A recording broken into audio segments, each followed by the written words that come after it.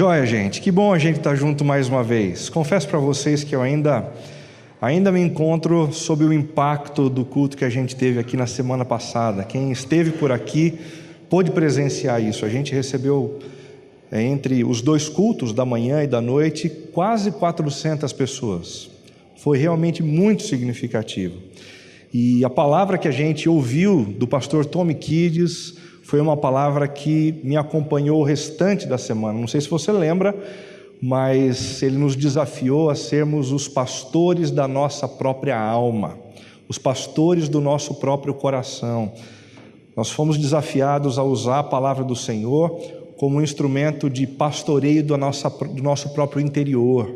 Nós precisamos conversar com a gente e nós precisamos nos incentivar à fé, nós precisamos nos incentivar à obediência. Hoje a gente vai começar uma nova série de conversas, de reflexões sobre esse tema que aí está, desmascarando o impostor que vive em mim. E eu espero que você resista profundamente à tentação de achar que essa série foi preparada perfeitamente para uma pessoa que você conhece. Definitivamente essa série não foi preparada para uma pessoa que você conhece, mas foi preparada para você, para o seu coração, para os seus desafios, para mim, para o meu coração e para os meus desafios também. Esse tema foi inspirado num livro que leva um nome semelhante, O Impostor que Vive em Mim, escrito por Brennan Manning. Para aqueles que não conhecem, Brennan Manning foi um sacerdote franciscano, católico, um sujeito profundamente cristão, que amava o Senhor Jesus e que passou boa parte da sua vida cristã lutando contra o alcoolismo. Isso mesmo, um discípulo de Cristo lutando durante toda a sua vida contra o alcoolismo. Tudo isso para mostrar para a gente que o fato de nós nos tornarmos cristãos não nos livra de lutas, não nos livra de problemas, não nos livra de tentações, não nos livra de termos de lidar com o impostor que existe dentro do nosso próprio coração. Uma das principais ênfases contidas nas 20 obras de Brennan Manning está na graça de Deus. O tempo todo ele procura nos mostrar que Deus nos ama apesar daquilo que nós somos interiormente. Ele não está à procura de pessoas perfeitas, justamente porque pessoas perfeitas não existem. E por conta desse amor e dessa graça que nos são dispensados por Deus, é que a gente é convidado a se desnudar na presença dele. Deus não está disposto a dialogar e a conversar com a persona que a gente cria para tentar impressioná-lo. Ele deseja nos conhecer como de fato nós somos. Ele deseja dialogar sobre os problemas que de fato nós temos, para que então a gente possa juntos sermos transformados de dentro para fora. Introduzindo o tema, muitos de nós passamos a vida procurando os culpados por termos nos tornado as pessoas que nos tornamos. Muitos de nós passam a vida assim, procurando os culpados pela sua insegurança, julgando, quem sabe, que os seus pais foram responsáveis por não terem oferecido o devido cuidado, a devida atenção. Muita gente passa a vida tentando encontrar os culpados pelo seu senso de inferioridade, julgando de repente que os responsáveis por isso são os irmãos mais expansivos, que sempre se projetaram sobre eles e com isso acabaram diminuindo o seu espaço. Muitos de nós também procuramos os culpados pelo ódio que alguns de nós temos por nós mesmos. O ódio, e aí acabam colocando a culpa na vida de pessoas que passaram pelo nosso caminho, que cruzaram a nossa vida e que abusaram da gente física e emocionalmente. Alguns também vivem procurando os responsáveis pela nossa infelicidade. O responsável pela minha infelicidade é a minha ex-esposa. O responsável é o meu ex-marido, a minha ex-namorada, meu ex-namorado, o meu patrão, o meu funcionário, aquele sujeito que inescrupulosamente cruzou a minha vida e me devastou. Muita gente também fica procurando culpados para justificar os seus problemas financeiros, econômicos. A culpa normalmente está no governo, são eles os responsáveis, são os corruptos, são aqueles que impõem fardos pesados. Certamente muitas pessoas que passaram pelo nosso caminho, inclusive o governo, deixaram marcas complicadas sobre a vida da gente. Deus está atento a tudo isso. Deus está cuidando dessas feridas que foram abertas no nosso coração por conta de outras pessoas. Mas a pergunta que não quer calar é a seguinte: será que toda a culpa por aquilo que nos tornamos é responsabilidade dos outros?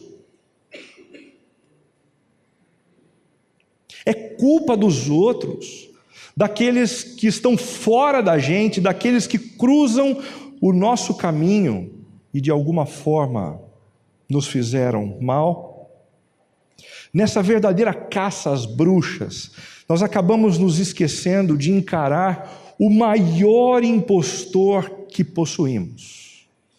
Existem muitas pessoas que acreditam que o maior impostor é Satanás, é o anjo caído que reuniu para si um grupo de seres espirituais para nos atormentar, para nos desviar, para nos tentar, e de fato a Bíblia diz que esses anjos existem e causam mal sobre nós, mas a Bíblia nos afirma de maneira categórica que existe um impostor diferente desse, com o qual a gente precisa lidar, e esse impostor vive dentro de nós mesmos.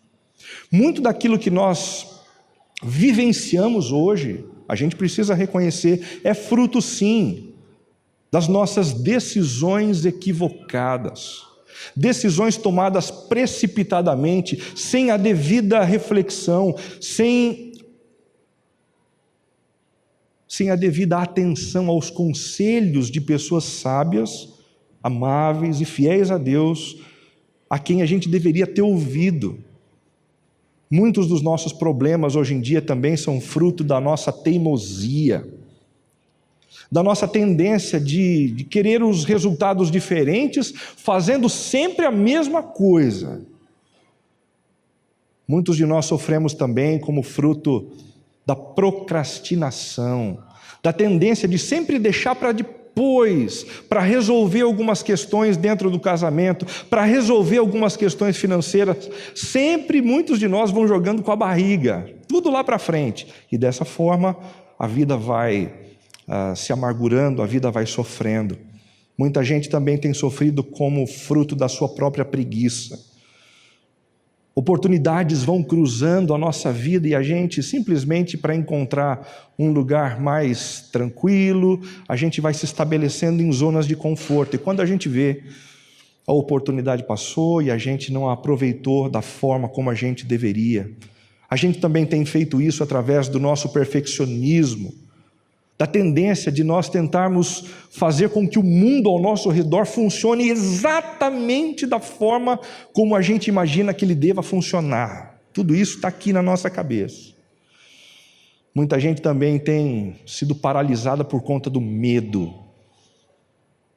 O medo de casar de novo, o medo de iniciar uma nova empresa, o medo de partir para uma nova investida profissional. Muitos de nós também temos sofrido por conta da falta de integridade. Resumindo, nem tudo o que nós somos e nem tudo aquilo que nós sofremos no presente é fruto da intervenção de pessoas que estão fora da gente, de outros, de terceiros, de gente inescrupulosa, de gente maldosa, de gente impiedosa, mas muito do que a gente tem sofrido é fruto, sim, desse impostor que vive dentro da gente, que nos move a fazer coisas que nós não deveríamos fazer e a deixarmos de fazermos coisas que nós, de fato, deveríamos fazer. Nesta série seremos convidados a desmascarar esse impostor, a fim de que ele pare de gerar os prejuízos que tem gerado até aqui. Se a gente fechar os olhos e disser, a gente não tem impostor aqui dentro, a gente vai continuar sofrendo os reveses disso dentro do casamento. Se a gente fechar os olhos e disser, não, o problema está sempre fora, nos outros, a gente vai perder a oportunidade de consertar algumas coisas completamente desajustadas que existem no nosso interior. E a gente vai continuar padecendo na vida profissional, a gente vai continuar padecendo na vida econômica e financeira. O convite dessa série é: vamos olhar para o nosso próprio coração, vamos nos desnudar na presença de Deus e permitir que a luz dele faça dissipar as trevas que acabaram se avolumando dentro da gente. Como é que esse impostor tem nos sabotado? De pelo menos 4 formas. Primeiramente, através de traços inconvenientes da nossa própria personalidade. Alguns de nós estamos sofrendo hoje porque não aprenderam a lidar com a própria personalidade. Em toda personalidade, há luzes e sombras, há coisas boas e coisas ruins. Há elementos que edificam e há elementos que destroem. E a gente precisa estar consciente disso. Na sua personalidade, o que edifica? Na sua personalidade, o que faz gerar o bem? Na sua personalidade, o que gera o mal? O que destrói? O que agride? Ser comunicativo e falante, sem dúvida nenhuma, é algo bom. Mas quando a gente fala sem parar, como um verdadeiro tagarela, ou então a gente assume uma postura de fofoqueiro, mentiroso, murmurador, isso não é bom. Ser proativo e empreendedor, ligado à ação, é algo realmente muito bom. Mas usar as pessoas como matéria-prima da nossa realização e atropelar aqueles que trabalham com a gente simplesmente para alcançarmos os nossos objetivos, isso é ruim, isso é mal. Ser precavido, paciente, é sem dúvida algo muito bom.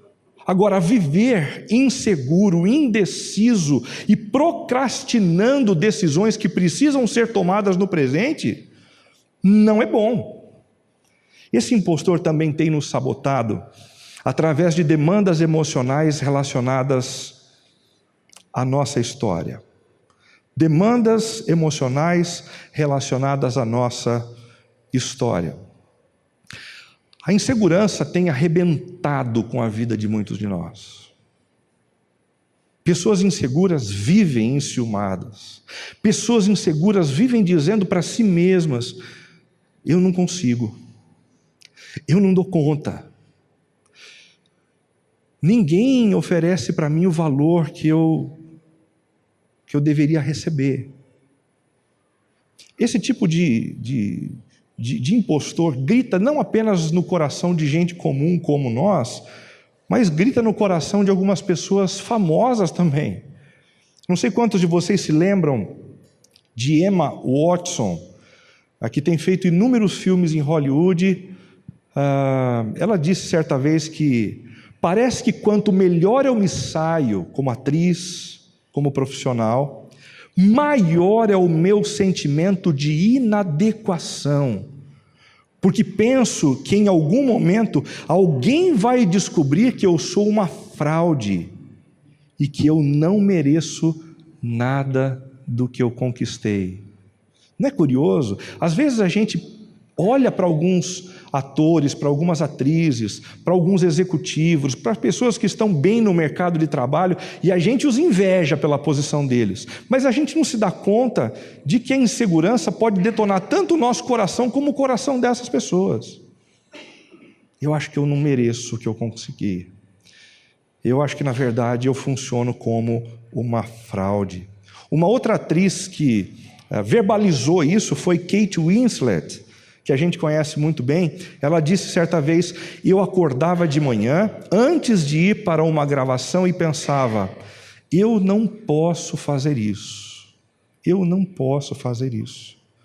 Eu sou uma fraude. A insegurança é um impostor para você?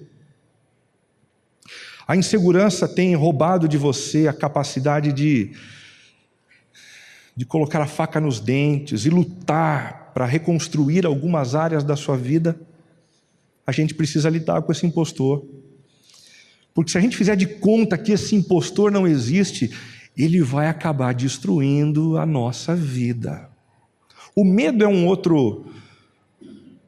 uma outra demanda emocional que trava a vida da gente. Eu sei que alguns de vocês já ouviram isso. Eu, antes de pastorear aqui em Sorocaba, tive a oportunidade de começar uma igreja na cidade de Vinhedo, bem pertinho de Campinas. Eu e a Cibele nos arrumamos, a gente foi para Campinas, nós mudamos a placa do nosso carro, título de eleitor, e a gente tinha colocado na cabeça que a partir daquele momento nós nos tornaríamos cidadãos de Vinhedo e passaríamos o restante da nossa vida ali. E a gente começou o trabalho, 6 meses, 1 ano, 1 ano e meio. Quando nós completamos 2 anos de trabalho em Vinhedo, um problema de saúde chegou dentro da nossa casa e nos arrebentou de vez. A gente não pôde continuar trabalhando em Vinhedo e eu precisei sair do ministério pastoral por pelo menos 6 meses. Fui para Campinas e eu trabalhava escrevendo alguns estudos bíblicos à distância para alimentar grupos pequenos da comunidade presbiteriana Chácara Primavera. Foi um período muito duro, um período muito difícil. Passei ali com a Cibele mais uns 3, 4 anos, nos recuperando do problema de saúde que a gente teve dentro de casa. E de repente surgiu o convite e a possibilidade de vir para Sorocaba para plantar uma nova igreja. E eu confesso para vocês que o primeiro sentimento não foi o sentimento de que legal, que joia, eu vou levar adiante esse sonho, porque no meu interior eu estava completamente paralisado pelo medo. O medo de começar algo novo, o medo de não dar certo, até mesmo o medo de ver Deus puxando o meu tapete. Você já teve essa sensação? O medo de que Deus te coloque diante de alguns desafios e ao invés de te apoiar, ao invés de te levar adiante, puxar o teu tapete e te ver prostrado no chão. Eu sei que alguns sentimentos, eles não compactuam com aquilo que a Bíblia diz acerca do caráter de Deus, mas são sentimentos e eles emergem dentro da gente. E quando esses sentimentos emergem, eles são como verdadeiros impostores que nos paralisam, que nos deixam temerosos e que não permitem que a gente siga adiante. Eu me lembro que quando a gente foi organizar a comunidade em 2012, a gente teve uma celebração simples, muito simples, lá na academia Runner, e eu chorava que nem uma criança. E talvez alguns de vocês nem tenham entendido a razão de tanto choro assim, mas a verdade é que eu passei 3 anos, de 2009 a 2012, com a sensação de que Deus ia puxar o meu tapete. A sensação de que mais cedo ou mais tarde, Deus ia fazer a mesma coisa que Ele permitiu acontecer alguns anos atrás.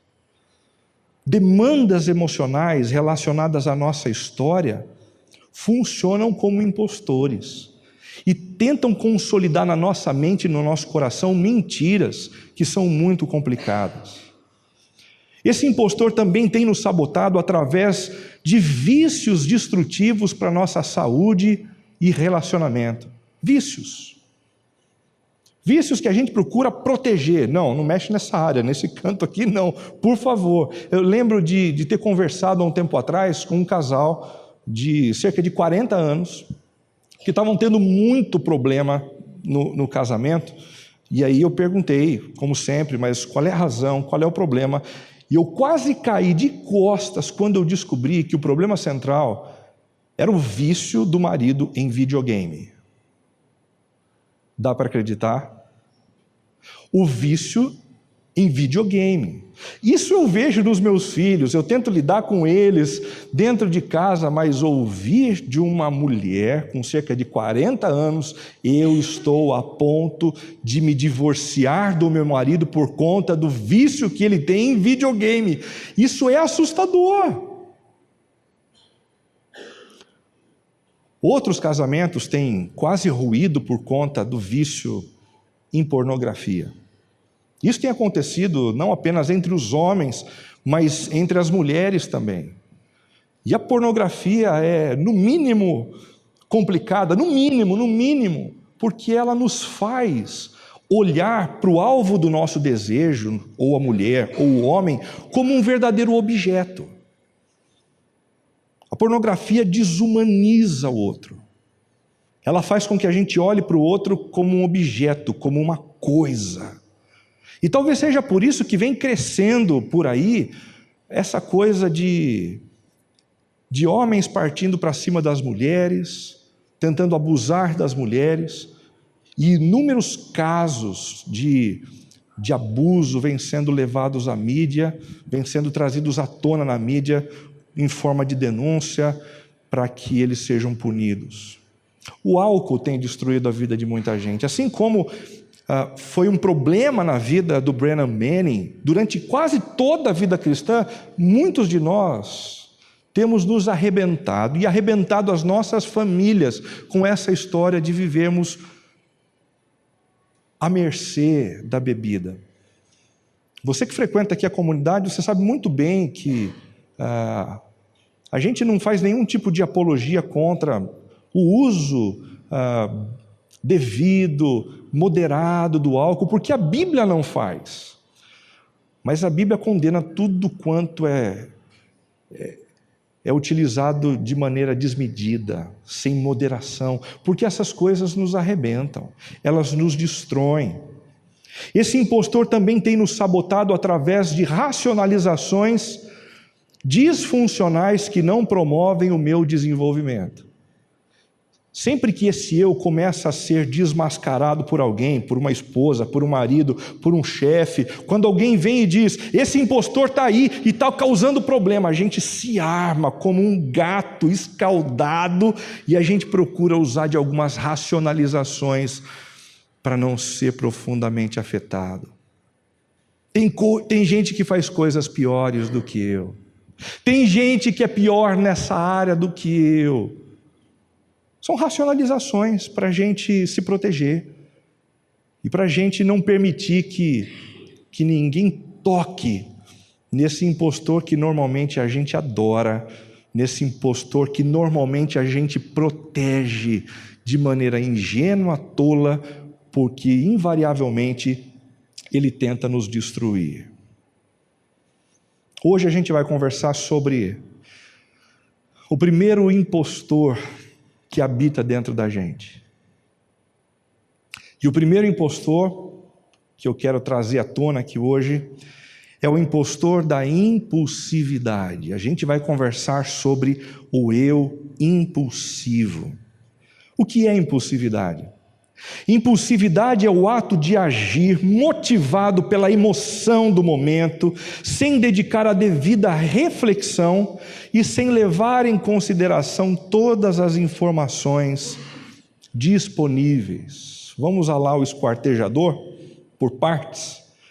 Primeiramente é o ato de agir motivado pela emoção do momento. Bateu, levou. Apertou, eu grito. Deu vontade, eu pego, mordo, chupo e engulo. Tudo isso sem dedicar a devida reflexão, sem parar para pensar, nas implicações, na necessidade, tudo feito no calor da hora, no calor do momento, e sem levar em consideração todas as informações disponíveis. Augusto Cury, falando a respeito da impulsividade que habita dentro da gente, afirmou o seguinte: nos primeiros 30 segundos de tensão, nós cometemos os maiores erros das nossas vidas. Você prestou atenção? Nos primeiros 30 segundos de tensão, nós cometemos os maiores erros das nossas vidas. Falamos palavras e temos gestos diante das pessoas que amamos que jamais deveríamos expressar. Nos primeiros 30 segundos, a gente xinga. Nos primeiros 30 segundos, a gente mente. Nos primeiros 30 segundos, a gente grita, a gente bate, a gente come, a gente compra. E a gente faz um monte de coisas que a gente não deveria fazer. Tudo por nos deixarmos conduzir pelo impostor da impulsividade. 30 segundos. Se a gente fosse um pouquinho mais responsável para com os 30 segundos que emergem diante de um problema, de uma crise, de uma necessidade de tomada de decisão ou diante de um desejo, nós seríamos muito mais felizes. A nossa vida caminharia muito mais tranquilamente. Mas a falta de atenção ao que acontece nos 30 primeiros segundos tem sido fatal para muitos de nós. Evidências da nossa impulsividade. Em primeiro lugar, a disposição de comprar sem a devida necessidade. Certamente, você já entrou em algum lugar, viu alguma coisa que você não precisava, e você foi convencido pelo seu impulso de que você precisava levar isso para casa. Um sapato, uma bolsa, um relógio, um celular. Como a gente tem sido sugado, drenado por esse impostor, nos levando a adquirir o que a gente não precisa, com o dinheiro que a gente não tem, para impressionar as pessoas que não gostam da gente.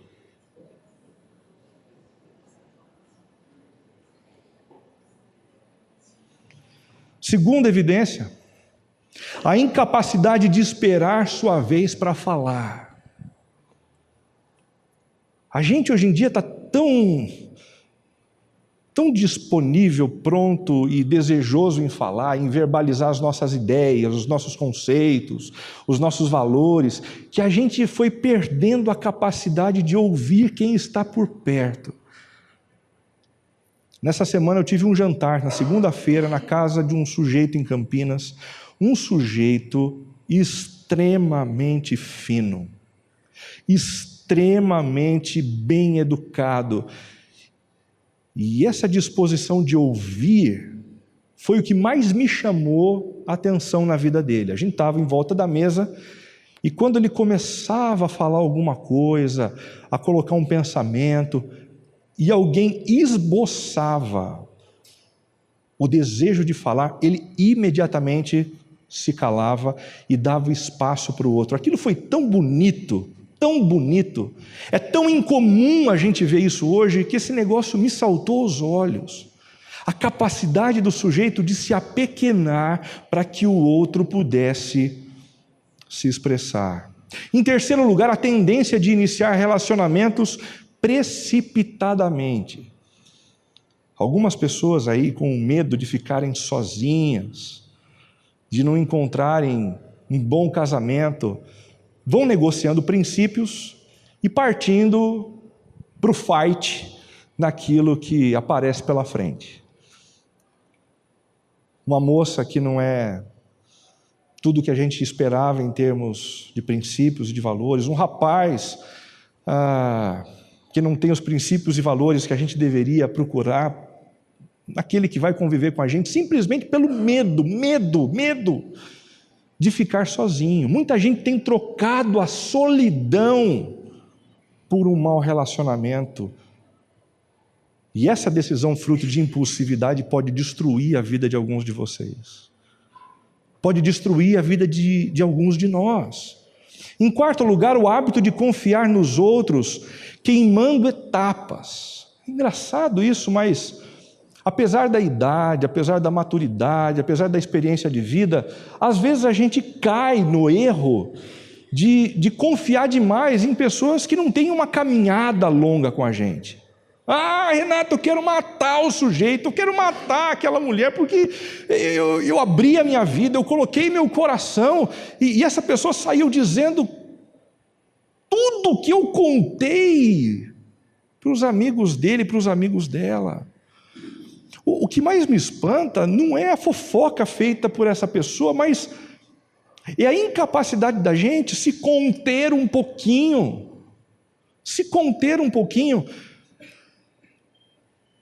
oferecendo uma confiança gradual às pessoas que nos cercam. Experimente um pouquinho mais as pessoas. Não seja tão impulsivo.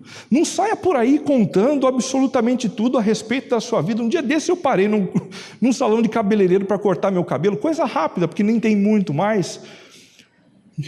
Mas, gente, em 5 minutos do corte de cabelo, porque o cara enrolou, as mulheres do meu lado tinham contado coisas muito íntimas, muito profundas, e eu dizendo, caramba, eu estou aqui ouvindo essa intimidade. Parecia que eu estava sentado na cama dessas pessoas, ouvindo da intimidade delas. Calma um pouquinho. Você não quer se frustrar com pessoas que falam a respeito dos seus segredos? Escolha aqueles a quem você vai contar. Desenvolva primeiro uma relação de confiança e gradativamente se abra. Uma outra evidência de impulsividade é o hábito de gritar com as pessoas ao redor. O estímulo veio e a gente faz aquilo que a gente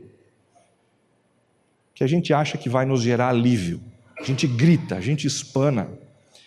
Tem pessoas que nem percebem isso, mas fazem isso naturalmente. Quando ouvem alguém por perto dizer assim, viu, por favor, pare de gritar. Mas eu não estou gritando. Você não está vendo que eu não estou gritando? E elas não conseguem perceber o volume da própria voz, a maneira como elas estão se comportando de forma inconveniente. Em sexto lugar, a prática de comer fora do horário ou do padrão, por impulso. Eu passei na cozinha, abri a geladeira, eu tenho que beliscar alguma coisa, eu tenho que passar além da minha conta, eu preciso sair da minha dieta. A euforia para tomar decisões sérias e delicadas. Algumas decisões são sérias demais. A decisão de sair do país e ir morar num outro país é séria. A decisão de sair do emprego onde a gente se encontra e assumir um outro cargo, numa outra empresa, um outro desafio, numa área que é nova para a gente, é um passo importante. A gente não pode sair por aí dando passos sem considerar, sem pensar, sem amadurecer, sem tomar conselhos.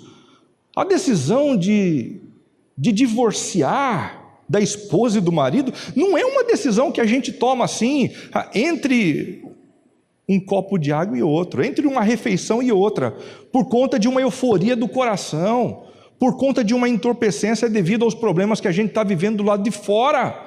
Calma, respire. Muita gente tem dado passos precipitados e tomado decisões sérias, complicando a própria vida. E por fim, a tendência de sermos grosseiros ou inconvenientes.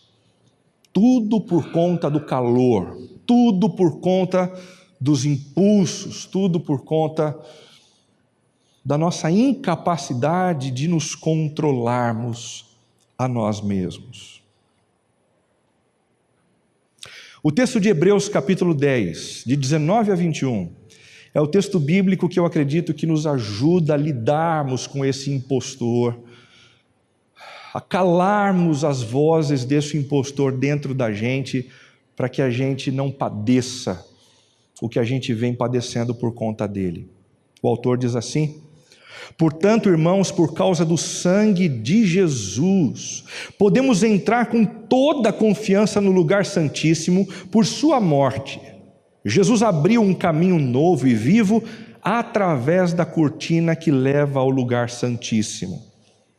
E uma vez que temos um sumo sacerdote que governa sobre a casa de Deus, entremos com o coração sincero e plena confiança, pois nossa consciência culpada foi purificada e nosso corpo lavado com água pura.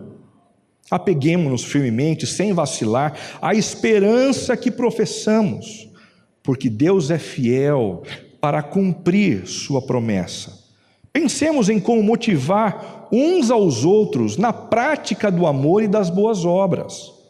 E não deixemos de nos reunir como fazem alguns, mas encorajemo-nos mutuamente, sobretudo agora que o dia está próximo. Se continuarmos a pecar deliberadamente, depois de ter recebido o conhecimento da verdade, já não há sacrifício que cubra esses pecados. Há somente a assustadora expectativa do julgamento e do fogo intenso que consumirá os inimigos, pois quem se recusa a obedecer à lei de Moisés era morto sem misericórdia, com base no depoimento de 2 ou 3 testemunhas. Imaginem quão maior será o castigo para quem insultou o Filho de Deus, tratou como comum e profano o sangue da aliança que o santificou e menosprezou o Espírito Santo que concede graça. Pois conhecemos aquele que disse: a vingança cabe a mim, eu lhes darei o que merecem, e também o Senhor julgará o seu povo. Que coisa terrível é cair nas mãos do Deus vivo.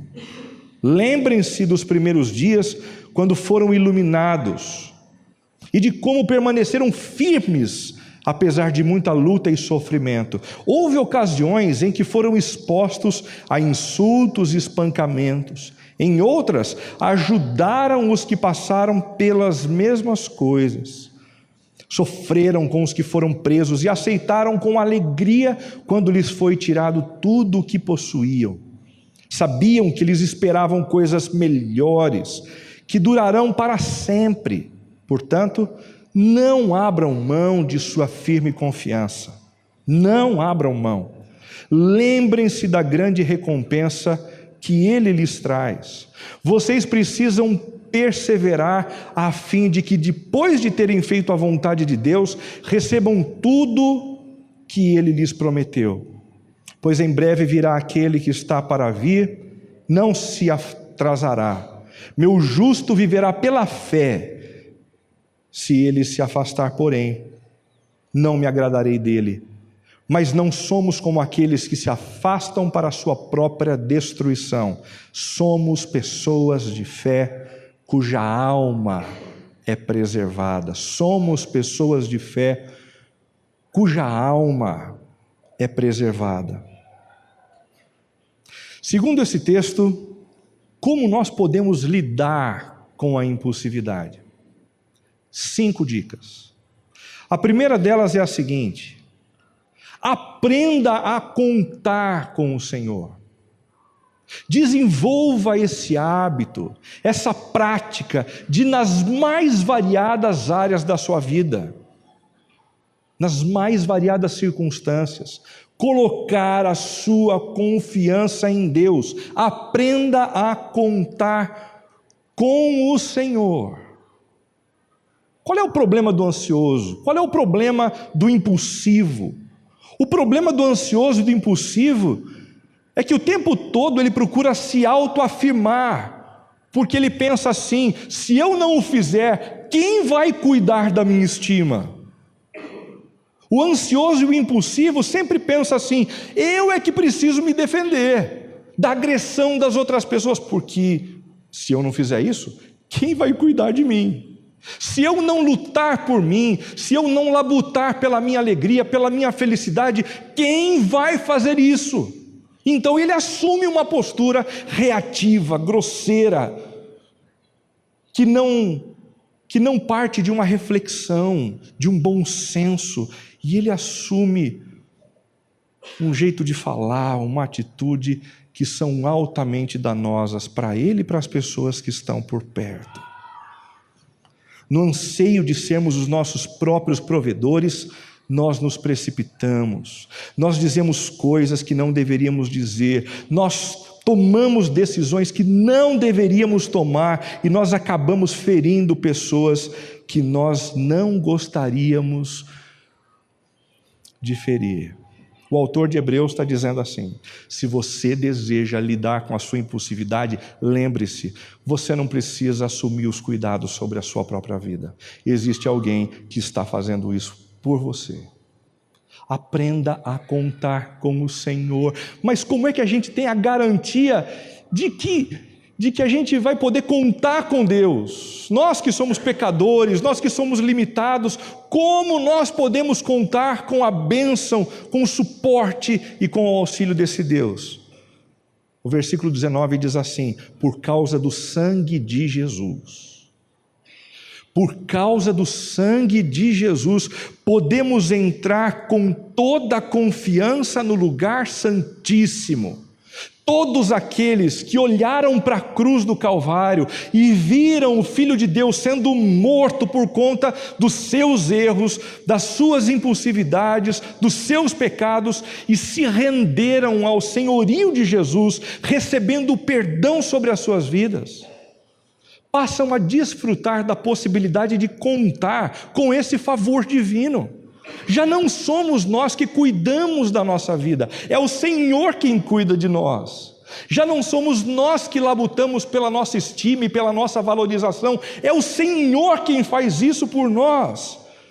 Assim podemos entrar com toda a confiança no lugar santíssimo, toda a confiança. O que é que falta para você? Quais são as áreas da sua vida que estão em cacos? O que é que te arranca lágrimas? O que é que te faz chorar? Aprenda a confiar no Senhor, aprenda a submeter essas coisas ao cuidado de Deus e descanse no fato de que o Senhor está cuidando de você. Pois a nossa consciência culpada foi purificada e o nosso corpo lavado com água pura. Você não precisa mais temer o fato de ter feito coisas ruins no passado, por ter cometido pecados grotescos ao longo da sua história, com medo de que por conta disso o Senhor não lhe atendesse, não lhe visse e não cuidasse de você. Os nossos pecados foram pagos na cruz. E aqueles que se arrependem dos seus erros e recebem o perdão, têm uma novidade de vida pela frente. Salmo 20, de 7 a 8 diz assim, 7 a 8 diz assim: uns confiam em carros e outros em cavalos. Uns confiam nos poderosos, uns confiam na beliculosidade, na guerra, na força. Mas nós faremos menção do nome do Senhor, o nosso Deus. Uns encurvam-se e caem, mas nós nos levantamos e estamos de pé, porque quem cuida da gente é o Senhor. Quando você for atropelado por alguém, numa reunião de família, quando alguém disser o que você não queria ouvir, ao invés de tentar sair na sua defesa, lembre-se, existe alguém labutando por você, existe alguém cuidando da sua vida. Quando você tiver um desejo complicado, desejo esse que te leva a fazer algo contrário ao que Deus quer para a sua vida, lembre-se, o Senhor está disponível para te satisfazer interiormente. Correr atrás de bobagens, de coisas frívolas, tolas, imorais, não enche o nosso coração, apenas intensifica o vazio dentro da gente. Faça menção do nome do Senhor. A segunda dica que o texto nos dá para lidarmos com esse impostor que vive dentro da gente é a seguinte: Ouça o conselho de gente sábia e fiel. Ouça o conselho de gente sábia e de gente fiel, de gente que ama a Deus e conhece a lei de Deus e que te ama também, que te respeita também, que quer o teu bem também. Vejam os versículos 24 e 25. Pensemos em como motivar uns aos outros na prática do amor e das boas obras. E não deixemos de nos reunir como fazem alguns, mas encorajemo-nos mutuamente, sobretudo agora que o dia está próximo.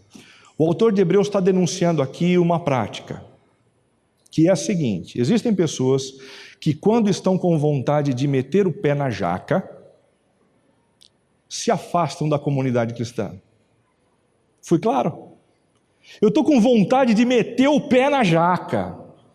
Se afastam da comunidade cristã, se afastam da pregação da palavra, se afastam da ministração e de um estudo como esse, se afastam dos conselhos de pessoas que amam o Senhor porque querem se encontrar com aqueles que de alguma forma os aconselham na direção que eles mesmos desejam. Não abra mão de um convívio como esse. Não abra mão de um convívio como esse, porque aqui, nós aprendemos a lutar contra o impostor que vive dentro da gente. Por que a gente precisa participar de uma comunidade como essa, semanalmente? Para a gente dar umas belas bordoadas no eu que tem tentado nos destruir o tempo inteiro. Eu lembro de uma vez que um amigo aqui da comunidade, depois de uma mensagem como essa, estava conversando numa roda dizendo assim: hoje eu apanhei feio, mas não fui embora, aguentei até o fim. Eu queria que você soubesse que assim, eu me sinto da mesma forma. A única diferença entre eu e você é que eu levo essas pancadas antes de você. Enquanto eu estudo e eu vou percebendo a incoerência da minha vida, eu vou percebendo os meus atos falhos, eu vou percebendo os espaços que eu não deveria abrir para problemas se implementarem na minha vida, eu vou apanhando antes. A única diferença. Não deixem de se reunir. E o autor diz mais: nesse contexto, pensemos em como motivar os outros na prática do amor e das boas obras. Do que ele está falando? De conselhos. Esse não é apenas um momento em que a gente ouve de maneira impessoal a apresentação da palavra. É um momento também onde a gente para fazer amigos, a gente para cultivar relacionamentos, para aprender a descobrir quem são as pessoas confiáveis, para que a gente possa repartir a nossa vida, a fim de que a gente receba os devidos conselhos que acabam nos orientando. É isso que existe na mente do Senhor quando Ele inventou a igreja. Um espaço onde a gente se aconselha, um espaço onde a gente se estimula, um espaço onde a gente se encoraja. Provérbios 19, 20 e 21 diz: ouve o conselho e recebe a correção, para que no fim seja sábio. Para que no fim seja sábio. Esse texto é muito interessante porque me faz pensar em algumas pessoas que começaram bem. Algumas pessoas que começaram bem a sua caminhada com Jesus, algumas pessoas que começaram bem os seus relacionamentos conjugais, que começaram bem o desenvolvimento das suas profissões, mas que no final das contas terminaram muito mal. E o que é que leva uma pessoa a começar bem e terminar mal? A indisposição de ouvir conselhos que sabotem o impostor que vive dentro da gente. A Bíblia diz através do profeta Jeremias algo muito significativo. Ela diz que o coração do homem é enganoso, mais do que todas as outras coisas. O nosso coração nos trapaceia, o nosso coração planta ciladas para a gente, e se nós permitirmos que esse coração enganoso dite a altura das nossas palavras, dite o momento das atitudes, as decisões que nós tomamos, a gente vai arrebentar com a nossa vida. Ouve o conselho e recebe a correção para que no fim, sejas considerado sábio. Muitos propósitos há no coração do homem, porém, o conselho do Senhor permanecerá. A terceira dica dada pelo autor é a seguinte: considere as consequências de suas atitudes. Considere as consequências, os desdobramentos. A gente vive num mundo altamente imediatista. A gente não se preocupa com um palmo à nossa frente, no tempo. A gente quer o aqui e o agora. A gente quer o que nos dá prazer agora. A gente quer o que nos faz feliz agora. A gente quer o que neutraliza a nossa dor agora. E isso tem arrebentado com a gente. Esse impostor tem destruído as nossas vidas, as nossas famílias, as nossas profissões e assim por diante. O texto bíblico está dizendo: pondere nas consequências. Pondere nas consequências. Alguns anos atrás eu assisti um filme chamado Infidelidade, um filme muito interessante, que contava a história de um casal muito bem sucedido, ele médico, bem posicionado financeiramente, um sujeito atencioso, que se dava muito bem com a sua esposa, cuidava muito bem dos filhos, eles tomavam refeições juntos, uma família aparentemente perfeita. Mas em um determinado momento, a esposa estava de bobeira no centro da cidade, e ela acabou tropeçando na rua, caiu no chão e raspou o joelho.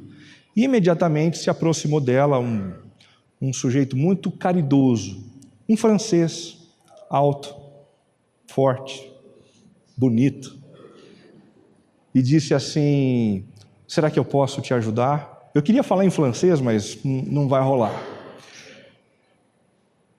E ele levantou aquela moça e disse assim: que tal a gente subir para o meu apartamento, porque assim a gente pode limpar um pouco o seu joelho? E ela logo pensou assim: que mal há em subir na casa de um francês alto, forte, bonito, de fala mansa, para limpar o meu joelho? Ela subiu, eles trocaram gracejos, o número de telefone, e ela não levou em consideração as consequências disso. Ela não levou em consideração. O restante do filme é terrível, porque uma briga é travada e aquele francês é assassinado pelo marido daquela moça. E o fim do filme termina com o casal diante de um semáforo do lado da delegacia, com os dois pensando assim: a gente para entrar na delegacia e contar o que aconteceu, ou a gente segue em frente como se nada tivesse acontecido. E o filme acaba aí, sem contar para a gente a decisão deles. Sabe por quê?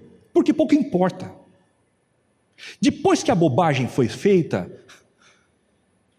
atitudes inconvenientes geram consequências indesejáveis. Cuidado com seus impulsos.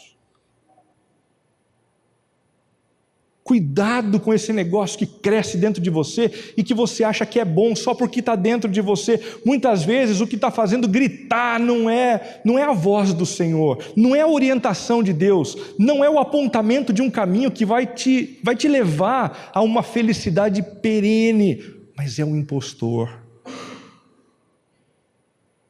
É o impostor. tentando sabotar a tua felicidade e a tua vida.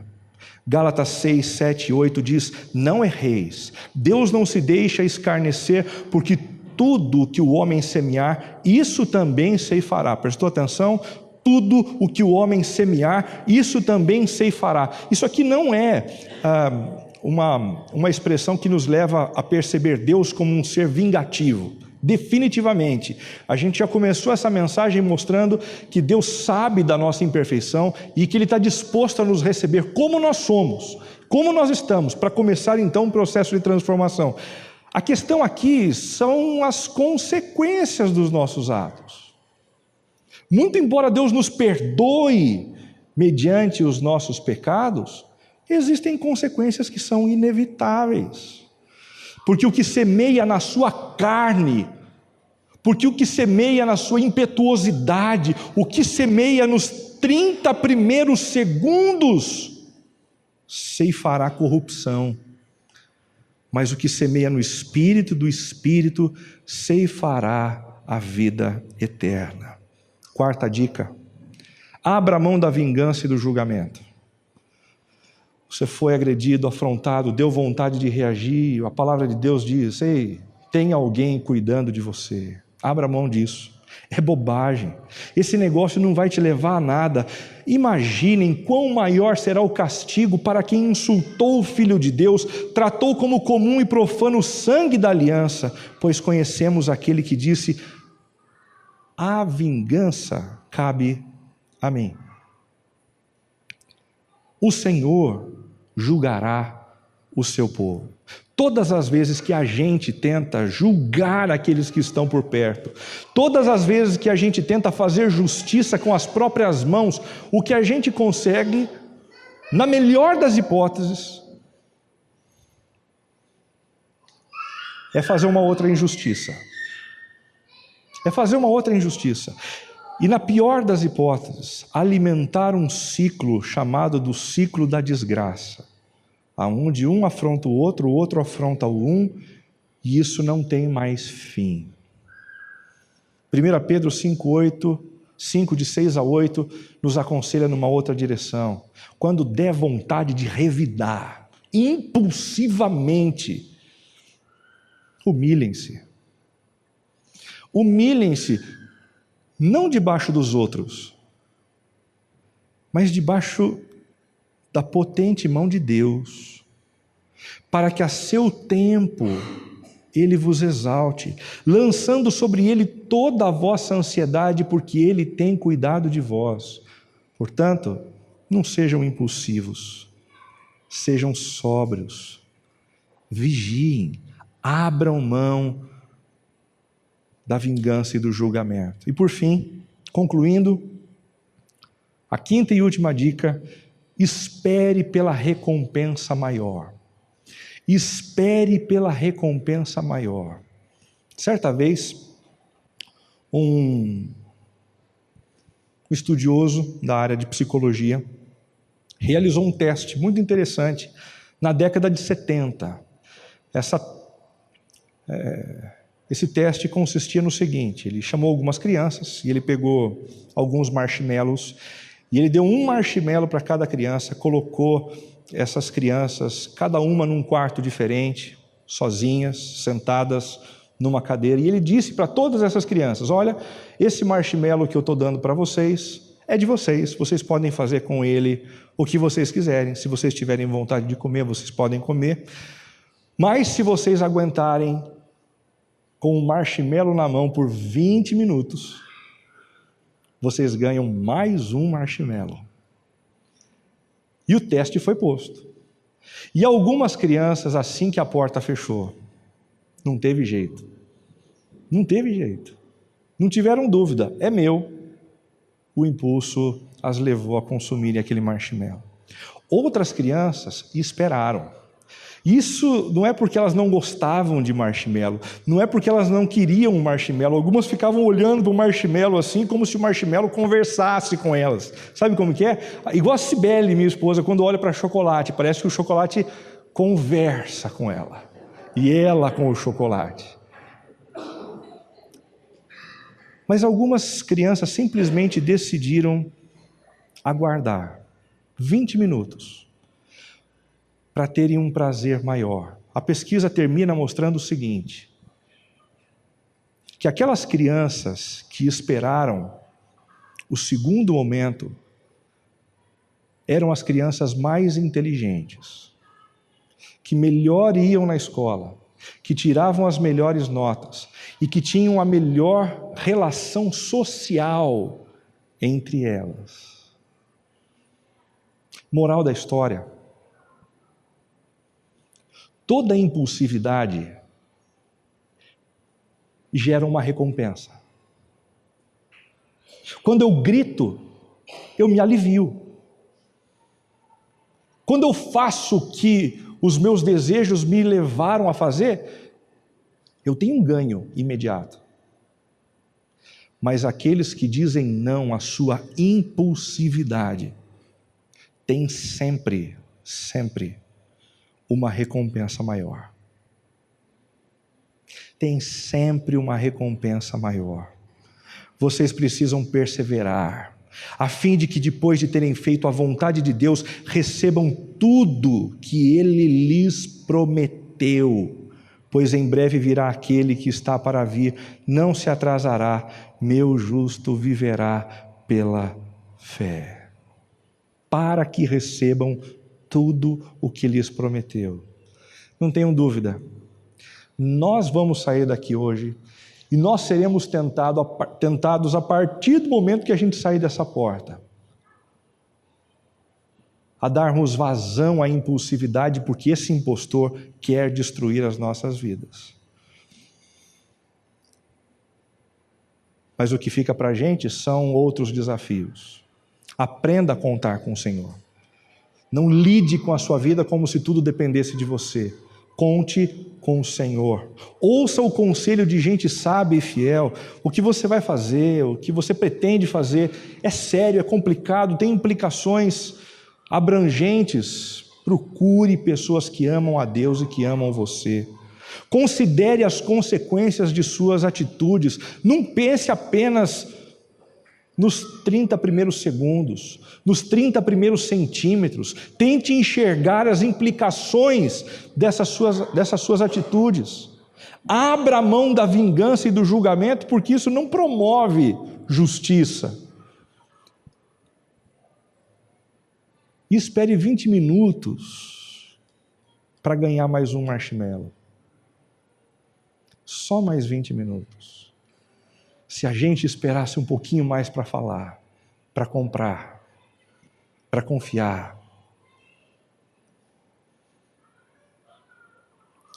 a gente certamente seria gente mais feliz e gente que fere menos aqueles que convivem com a gente. Que Deus te dê condições, que dê condições a mim de lidarmos com esse impostor que o tempo todo procura nos destruir.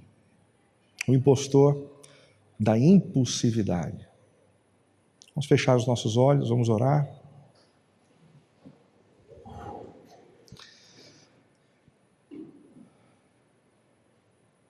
Pai, não é fácil. Parece tão simples aguardar 30 segundos, mas na prática é tão difícil. E nesses 30 primeiros segundos a gente tem dito tanta bobagem, a gente tem tomado tanta decisão equivocada, a gente tem se exposto de uma forma tão inconveniente e indevida, e dessa forma temos destruído a nós mesmos. Não permita, Senhor, que nenhum de nós negue a presença desse inimigo dentro da gente. Mais do que isso, ajuda-nos a lutarmos contra ele, porque nós queremos não a recompensa da violência, da força, do grito, do acúmulo, da compra, mas a recompensa que vem das tuas mãos. Aquilo que de fato nos faz feliz e que a longo prazo mantenha o nosso coração plenamente alinhado e harmonioso. Nós oramos assim em nome e por amor de Jesus. Amém, Senhor.